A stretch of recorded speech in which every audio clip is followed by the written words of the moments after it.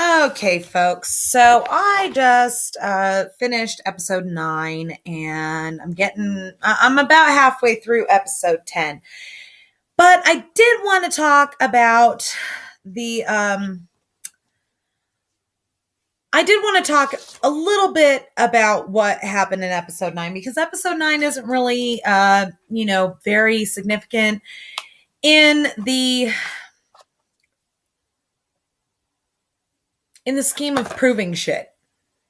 It's just more son of a bitch, isn't it? So, you've got Kratz, the vertically impaired, balding-haired, leaping gnome with 3 bad jokes and a 6-pack of beer. Obviously not on his stomach. No, he's got a keg. And Kratz's opening statement with regards to Brendan Dassey is, was he there and did he help? Well, obviously, you can't prove definitively that he was there because there's no fucking DNA of Brendan Dassey's there, Kratz. None. Not a single drop. That alone, I'm sorry, but as an attorney, I would be, arguing the shit out of that. There's not a single drop of my client's DNA anywhere in this crime scene, Your Honor. Therefore, it's pretty fucking obvious that not a fucking thing that he said happened. And did he help? Well, Kratzy boy. No, he didn't help because he wasn't fucking there.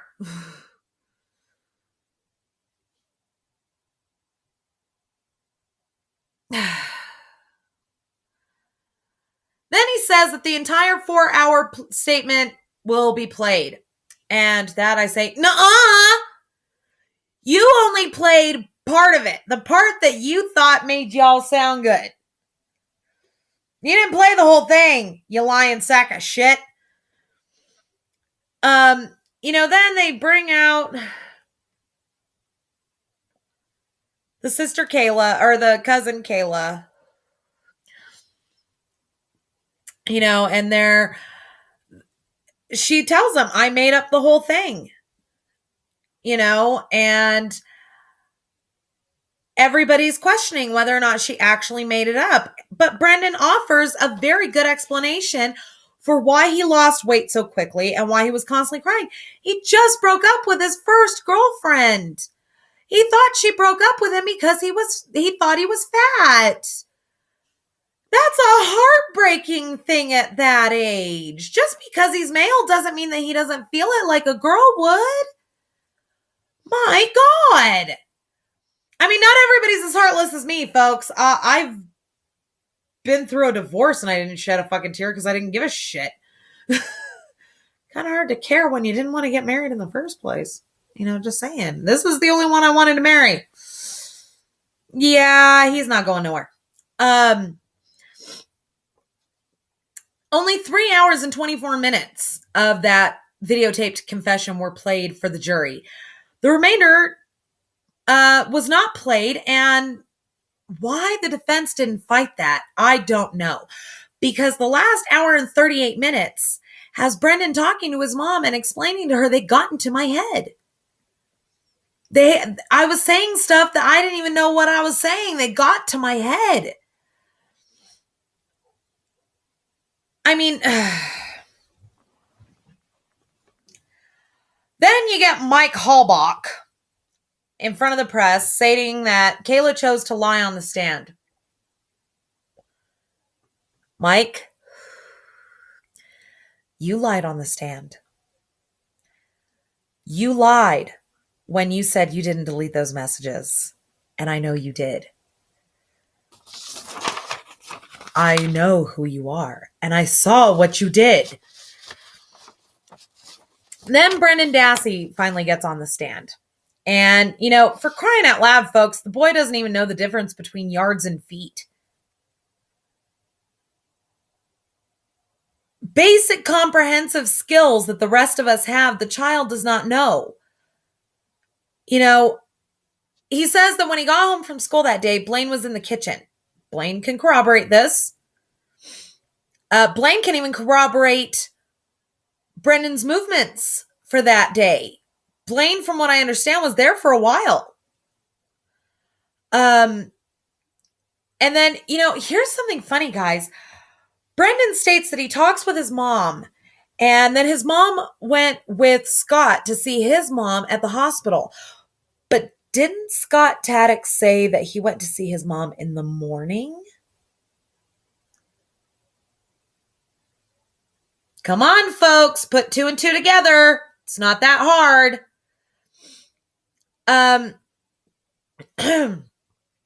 Then at 6 o'clock, Brendan states that he took a phone call from Blaine's boss. Blaine's boss can corroborate this.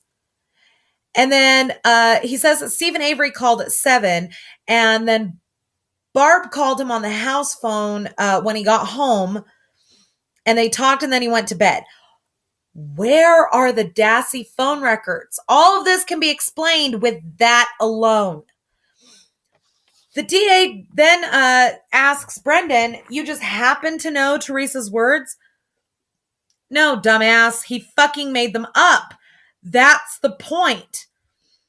How do you know what she said? Well, gee, let's see. They fed him a narrative of a female tied up and being raped. What would you say if you were tied up and being raped? Hello? It's not that far of a stretch. Not to mention that, Wiegert and Fassbender over there, like, did she ask you to help her? Did she ask you to do the right thing? Listen to what Brendan says almost immediately after that. He parrots back the same fucking words. He then says, how did you tell so much detail if you weren't there? He didn't. Wiegert and Fassbender fed him the details, and he gave like 1 or 2 word answers. 4 at the most is what I counted.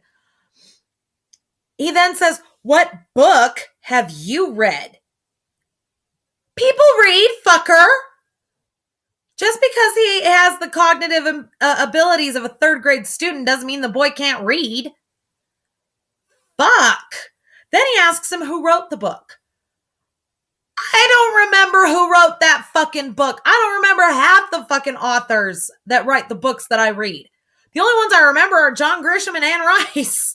Maybe Tom Clancy every now and then, but even then I have a hard time remembering which ones he wrote. Fuck, dude.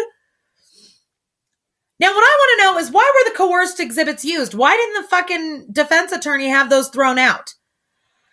The diagrams that Brendan drew, and the interview where he was talked to without counsel or his mother, should have been thrown out by the defense attorneys.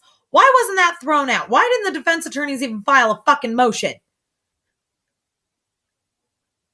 That's odd, people. That's fucking odd. And then in the closing statement, the prosecution says innocent people don't confess. Bullshit! That's the entire fucking basis of the Middle Ages and Dark Ages right there. People confess all the time when they're subjected to enough torture, and that's exactly what the type of questioning Brendan Dassey put up with was. It was psychological torture. He's alone without a friendly adult nearby, somebody representing his best interests in the same room as him, and he is subjected to 4 separate, upwards of 4-hour interviews by police. They're relentless. It is psychological torture. You fuckhead. We will discuss episode 10 in my next video. Thank you for watching, folks. And in my next video, I will tell you how you can assist in the Brendan Dassey and Stephen Avery Defense Fund. Thank you for watching.